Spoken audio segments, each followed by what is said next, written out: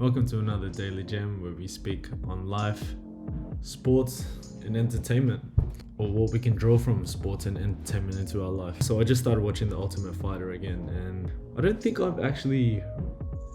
remember watching The Ultimate Fighter growing up. I know the highlights, I've seen the greats that have come through, that come out of The Ultimate Fighter and have had great careers, but I don't remember watching it on Spike TV, And now that it's on ESPN, I've been watching it, and I just started watching it. And primarily, you know what?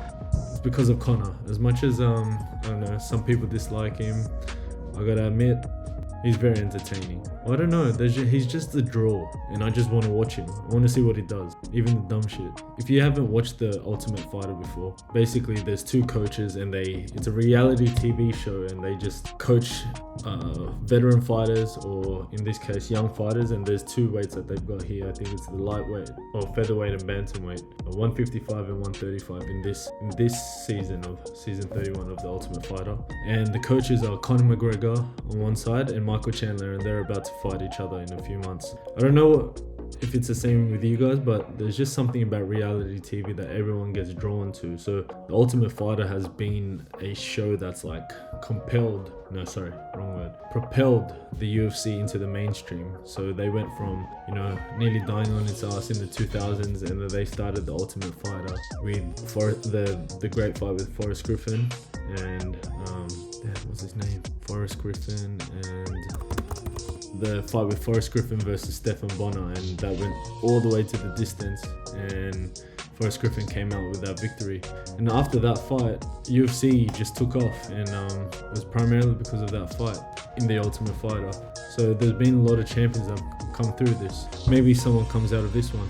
And my takeaways from the first two episodes. So Conor actually wins the first toss, and he gets to choose who he wants. And he chooses the young boys, or he calls it the young bloods. He chooses the young up-and-comers, the contenders, while Michael Chandler gets the veterans. And in the first fight, they had Roosevelt Roberts, who was on Team Chandler, versus Nate Jenneman, and he was on Conor's team. So they had a veteran that's fought before.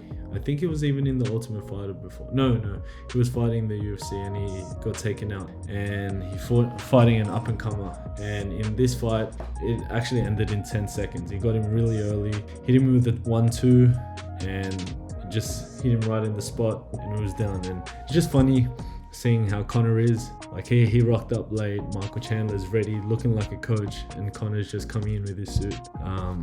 The disparity between them two is funny. What else was my key takeaways from episode 1? I don't know. Every time Conor rocks up, he comes in late, or he's just in his suit and he's coaching in his suit. It's just funny. It's just he's the promoter, he's Conor being Conor, while Michael Chandler looks like he's ready to suit up himself, And it's just funny. There's no way. It might be a bit controversial. Okay, not even controversial, but Conor is on something. The way he's walking to the gym, and when he took his suit off one time when he was training. He actually trains with the boys. His shoulders are just so big, and his traps are huge. Got pimples. I don't know, it's so obvious he's got the jaw of the gods. And compared to Michael Chandler coming in, calm, cool and calm demeanor, ready to get his guys ready for their fights. And in episode 2, one of the fighters, Trevor, he actually doesn't get cleared to fight. So they were ready to go on that day, and he wasn't medically cleared because he had a cold sore on his face or something, which was weird because you just think, they're going to war there. But he didn't get cleared by, what are they called? Nevada State Athletic Commission.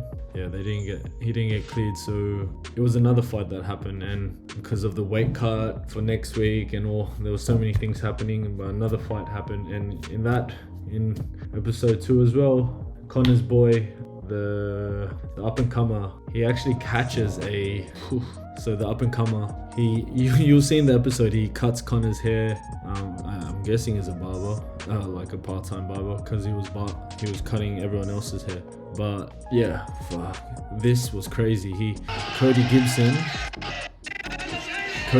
comes in with a flying knee, hits him flush in the right. So he faked the left, hit him with the right, had him on the ground, took his back and just started hammer fisting him. And it was over TKO, and then they panned the shot into Conor with his cowboy hat, and he's mad. And then they show not Cody Gibson, but his opponent, Mando Gutierrez. They pan over to Mando, and his face is just bloodied up. But yeah, I'm excited to actually follow the season because of Conor and Michael Chandler. I'm also very excited for the fight. It's exciting because we know since Michael Chandler came to the UFC that he's all go forward. Sometimes he just throws everything out of he throws everything out and doesn't even listen to coaches, goes with the crowd, goes with the energy, and he just throws. While Conor is Conor McGregor. I mean, like, we haven't seen who he is because he's always in and out. So is he a part-time fighter, or can he still do what he does, you know? So looking forward to that fight as well. And looking forward to finishing off this season. So I'll see you next time. That's the Daily Jam.